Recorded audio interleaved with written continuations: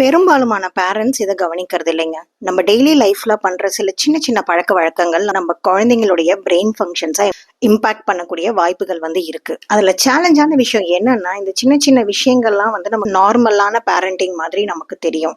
But ஒரு long டேர்ம்ல அது கன்சிஸ்டண்டா repeat ஆகும்போது குழந்தைங்களுடைய எக்ஸிக்யூட்டிவ் ஃபங்க்ஷன்ஸ், அதாவது குழந்தைங்களுடைய கவனம் செலுத்துறது, இன்ஸ்ட்ரக்ஷன்ஸை ஞாபகம் வச்சுக்க முடியாம இருக்கிறது, இந்த மாதிரி மெமரி யூஸ் பண்ற ஃபங்க்ஷன்ஸ் எல்லாமே இம்பாக்ட் பண்றதுக்கான வாய்ப்புகள் அதிகமா இருக்கு. ஆனா ஒரு நல்ல விஷயம் என்னன்னா, நம்மளால இந்த பேட்டர்ன்ஸை ஈஸியா ரெக்கக்னைஸ் பண்ண முடியுங்க. நம்ம ரெக்கக்னைஸ் பண்ணும்போது நம்மளால அதை ஒரு சின்ன சின்ன சேஞ்சஸ் மூலயமா ஈஸியா மாத்திக்கவும் முடியும். இந்த ஸ்மால் ஷிஃப்ட்ஸை தான் இன்னைக்கு நான் உங்களுக்கு ஷேர் பண்ண போறேன். வணக்கம், நான் ஷாலினி சிவகுரு, ஒரு certified parenting educator and child counsellor. நான் பேரண்ட்ஸ்க்கு அவங்க குழந்தைங்களுடைய ஃபோக்கஸ், மெமரி அண்ட் செல்ஃப் கண்ட்ரோலை இம்ப்ரூவ் பண்ணுறதுக்கு தேவையான brain based skills and strategies சொல்லி கொடுத்து, அது மூலிமா பசங்க லைஃப்லையும் சரி அவங்க அகாடமிக்லையும் சரி எக்ஸல் பண்ணுறதுக்கு நான் சப்போர்ட் பண்ணிட்டு இருக்கேன். அண்ட் இந்த வீடியோவில் நான் அந்த 5 மிஸ்டேக்ஸ் எக்ஸ்பிளைன் பண்ணுறதுக்கு முன்னாடி ஒரு முக்கியமான விஷயம் சொல்லணுங்க. இன்னைய டிஜிட்டல் காலகட்டத்தில் நமக்கு சில அவேர்னஸ் தேவைப்படுது. அண்ட் பேரண்டிங் ஒரு ஜேர்னியாக எப்பயுமே எவல்யூஷன் தாங்க. அதனால இந்த வீடியோவில் நான் அந்த மிஸ்டேக்ஸை நான் ஷேர் பண்ணுறதுக்கான ரீசன் உங்க கில்ட்டை தூண்டுறதுக்காக இல்ல, பட் நம்மளுக்குள்ள ஒரு அவேர்னஸ் கொண்டு வந்து நம்மளுக்கே தெரியாம நம்ம செய்யற இந்த தவறுகளை ஈஸியா நம்மளால சரி பண்ணிக்க முடியும்ன்ற நம்பிக்கையும் கிளாரிட்டியும் உங்களுக்கு கொடுக்கறதுக்காக தான். மோஸ்ட் லவ்விங் பேரண்ட்ஸ் அண்ட் நிறைய அவேர்னஸ் இருக்கிற பேரண்ட்ஸும் மிஸ் பண்ற ஒரு விஷயம் ஒன்று இருக்கு. அது நான் லாஸ்ட்ல பேசுறேன், அதனால வீடியோவை ஸ்கிப் பண்ணாம பாருங்க. First mistake, unbalanced screen time. Screen டைம்னு வரும்போது எவ்வளவு நேரம் பாக்குறாங்க அப்படிங்கறத தாண்டி அவங்க என்ன பாக்குறாங்க அண்ட் அது எந்த டைம்ல பாக்குறாங்க அப்படிங்கிறது ரொம்ப முக்கியங்க. அண்ட் இது எல்லாத்தையும் சேர்ந்து நம்ம ரெகுலேட் பண்றது அவங்களுடைய பிரெயின் ஃபங்க்ஷன்ஸ்க்கு ரொம்ப ரொம்ப முக்கியம். குழந்தைங்களுடைய எக்ஸிக்யூட்டிவ் ஃபங்க்ஷன்ஸ் பிரெயின்ல டெவலப் ஆகிறதுக்கு பசங்களுக்கு 5 சென்ஸும் இன்வால்வ் ஆகிற மாதிரியான ஆக்டிவிட்டிஸ் தான் ரொம்ப முக்கியம். எப்போ அவங்க டிஜிட்டல் மீடியால கன்சியூம் பண்ண ஆரம்பிக்கிறாங்களோ அப்போ அவங்களுக்கான ஓவர் ஸ்டிமுலேஷன் இருக்கு. அண்ட் அவங்களுடைய எல்லா சென்சஸும் அவங்களால யூஸ் பண்ணவே முடியாது. குழந்தைங்க வெறும் அப்சர்வ் மட்டும் தான் பண்ணிட்டே இருப்பாங்க. இந்த இன்அப்ரோப்ரியேட் கண்டென்ட்னாலையும் லாங் டியூரேஷன்னாலையும் பாத்தீங்கன்னா பசங்களுக்கு நம்ம இன்ஸ்ட்ரக்ஷன்ஸ் ஞாபகம் வச்சுக்க முடியாம இருக்கிறது, இம்பல்ஸா இருக்கிற பிஹேவியர்ஸ், இதெல்லாம் அதிகமா நம்ம பார்ப்போம். அண்ட் இதை நீங்க உங்க வீட்டுல ரெகுலேட் பண்றதுக்கு 3 ஸ்டெப்ஸ் நான் சொல்லி தரேங்க. ஃபர்ஸ்ட் ஸ்டெப், பசங்க கூட அவங்க என்ன வாட்ச் பண்றாங்க அப்படிங்கறத அண்டர்ஸ்டாண்ட் பண்ணுங்க. அண்ட் அவங்க வாட்ச் பண்ணக்கூடிய விஷயங்கள்ல too much of colours, 3D graphics இருக்கக்கூடாது. அண்ட் அது ரொம்ப ஃபாஸ்ட் மூவிங்கா இருக்கக்கூடாது. இப்போ துரத்துற மாதிரி, ஜம்ப் பண்ற மாதிரி, அந்த மாதிரியான கேம்ஸோ இல்லை வீடியோஸோ இல்லாத மாதிரி பார்த்துக்கோங்க. அண்ட் 3வது, ஃபவுல் லாங்குவேஜஸ் இல்லாத மாதிரி, என்ன மாதிரியான விஷயங்கள் பேசுறாங்க, என்ன மாதிரியான கேரக்டர்ஸ் அவங்க பார்க்கறதுல இன்வால்வ் ஆயிருக்கு. அப்புறம் 2வது விஷயம், அது அவங்க எப்படி பார்க்கறாங்க அப்படிங்கிறது. ஒரு தம்ப் ரூல் இருக்குங்க. நம்ம ஸ்க்ரீன்ல இருந்து ஸ்க்ரீனுடைய சைஸ் எவ்வளோ பெருசு இருக்கோ அதுல இருந்து 5 டைம்ஸ் டிஸ்டன்ஸ்ல தான் அவங்க அந்த ஸ்க்ரீனை பார்க்கணும் அப்படிங்கிறது. அண்ட் ஸ்க்ரீனை எப்போ பார்க்கக்கூடாது அப்படிங்கிறதையும் இன்சிஸ்ட் பண்ணுங்க. ஸ்பெஷலி சாப்பிடும் போதும் ப்ளஸ் தூங்குறதுக்கு முன்னாடியும் இல்லை அப்படிங்கிறது. இந்த எல்லா விஷயத்தையும் சேர்த்து நீங்கள் ரெகுலேட் பண்ணும்போது குழந்தைங்களுக்கும் ஒரு ஹெல்த்தி ரொட்டீன் டெவலப் ஆகும் ஸ்க்ரீன் யூஸ் பண்ணுறது மூலிமா. ஏன்னா டு பி வெரி ஹானஸ்ட், நம்மளால இந்த டிஜிட்டல் எவல்யூஷனை ஒதுக்கி வைக்க முடியாது. நம்ம அதை ஹெல்த்தியராக அடாப்ட் பண்ணணும். அண்ட் நம்ம குழந்தைங்களுக்கும் அதை ஹெல்த்தியராக யூஸ் பண்ணுறதுக்கு சொல்லித்தரணும். இந்த மாதிரி டிஃபைன்டு பவுண்டரிஸ் யூஸ் பண்ணுங்க.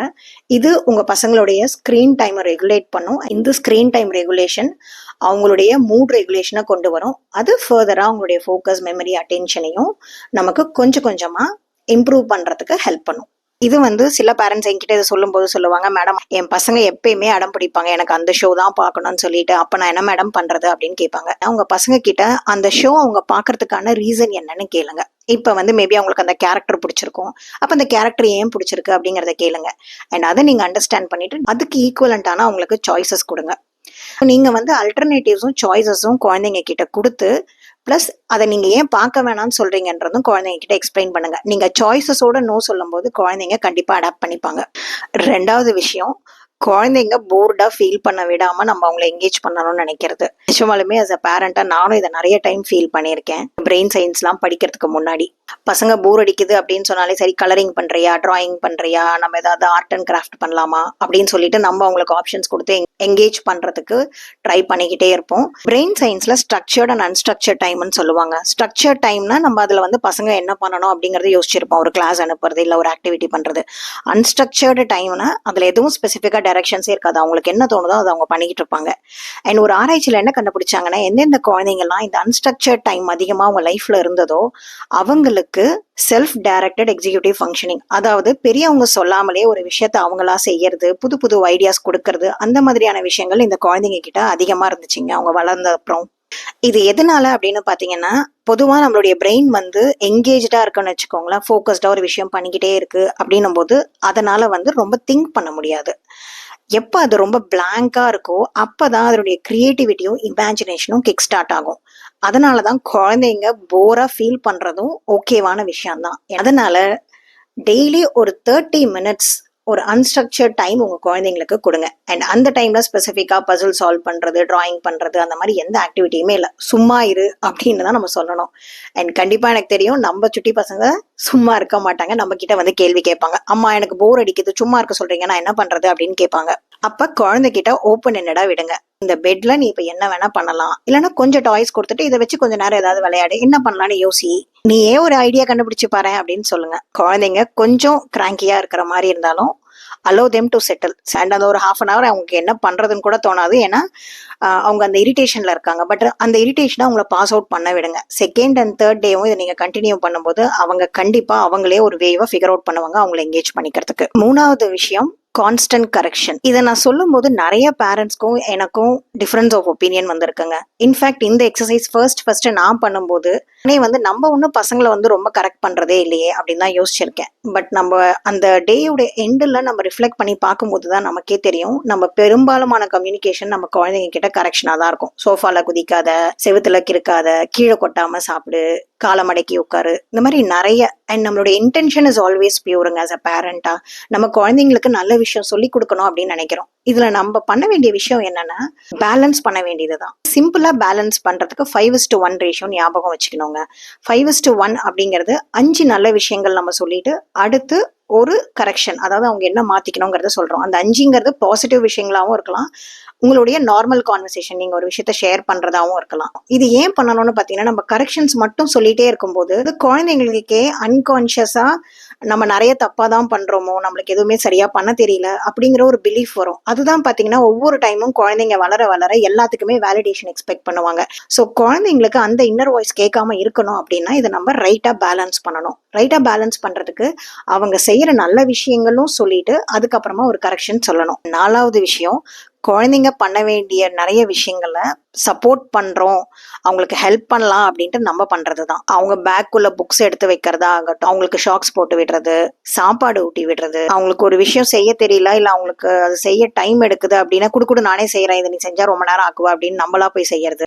இதெல்லாம் என்ன ஆகும்னா அவங்களுக்கான நேச்சுரல் ஸ்ட்ரகிள் ஆப்ஷன்ஸை வந்து குறைக்கும். ஒரு பேரண்டா நம்ம அவங்க மேல வச்சிருக்க லவ் ஆங்கிள் நம்ம இதை பாக்குறோம். ஐயோ குழந்தை கஷ்டப்படுது, நம்ம போய் சப்போர்ட் பண்ணிடலாம், இதுல என்ன இருக்கு அப்படின்னு நம்ம யோசிப்போம்.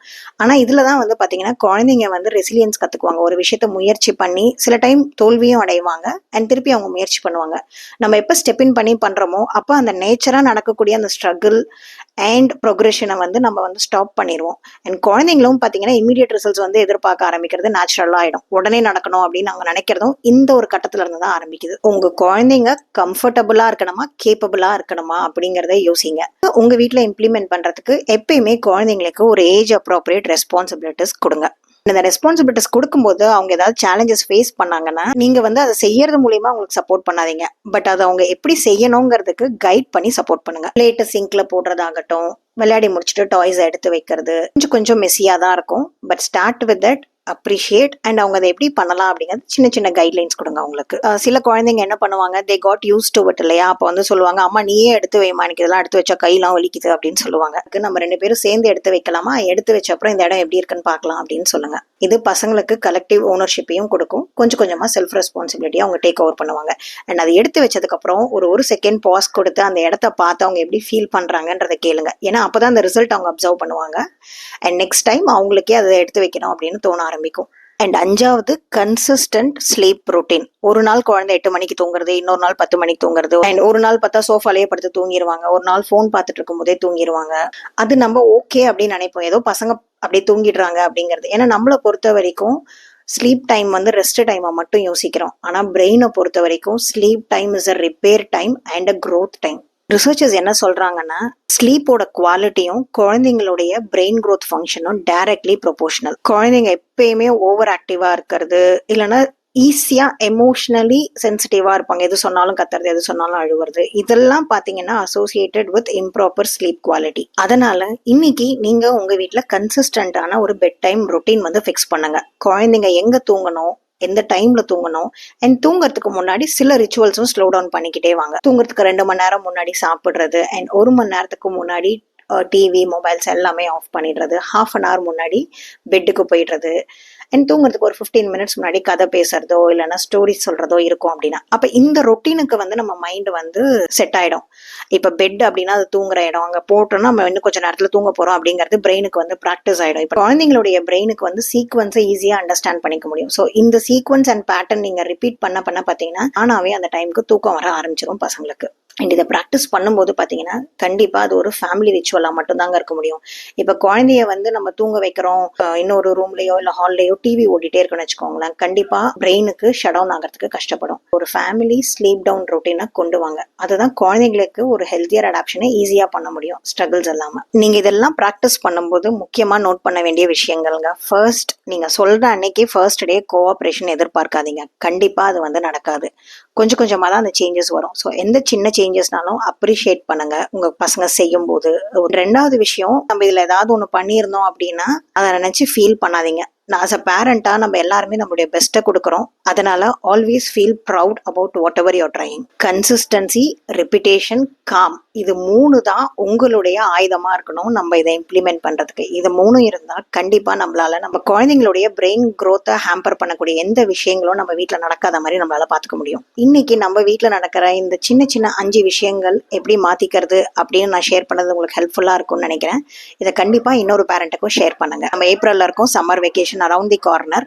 என் பசங்களை இந்த சம்மர் வெக்கேஷன்ல எப்படி மேனேஜ் பண்றது அப்படின்ற கொஸ்டின் உங்களுக்கு இருக்கு அப்படின்னா, ஏன்னா எனக்கும் அந்த கொஸ்டின் இருக்கு, என் மைண்ட்ல ஓடிக்கிட்டு இருக்கு, and I'm preparing something for that. உங்களுக்கு அதுக்கான ஒரு கைடன்ஸ் வேணும்னா கனெக்ஷன் கேஷன் அப்படின்னு நான் ஒரு கான்செப்ட் யோசிச்சு வச்சிருக்கேன். அதில் நான் ஒர்க் பண்ணிட்டும் இருக்கேன்.